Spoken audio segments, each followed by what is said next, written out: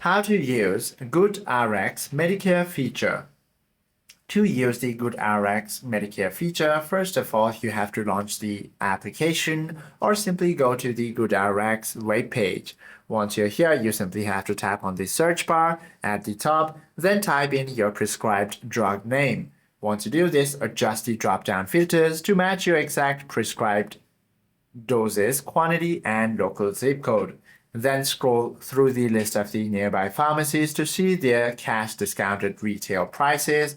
Then check the Medicare tab and verify the coupon rules. You simply have to now instruct your pharmacist. Present the digital coupon code on your phone at the drop-off and explicitly state, please process this transaction using GoodRx cash pricing instead of running it through my Medicare. Once you do this, you can use GoodRx Medicare feature. Hope this video helps you out a lot. If you have any questions or queries, do comment down below.